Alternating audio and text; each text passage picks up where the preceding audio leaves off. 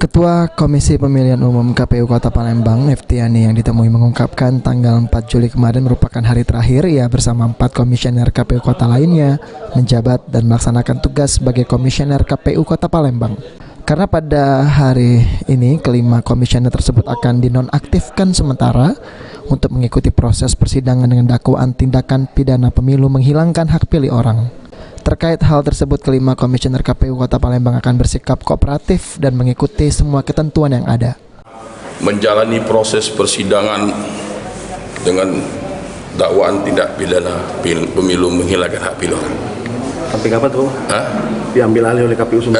Sampai dengan selesainya proses persidangan kami di pengadilan. Di kegiatan KPU Kota sementara diambil alih oleh KPU Provinsi.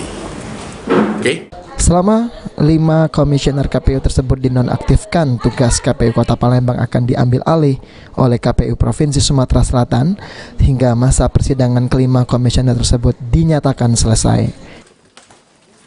Heru Wahyudi, PAL TV.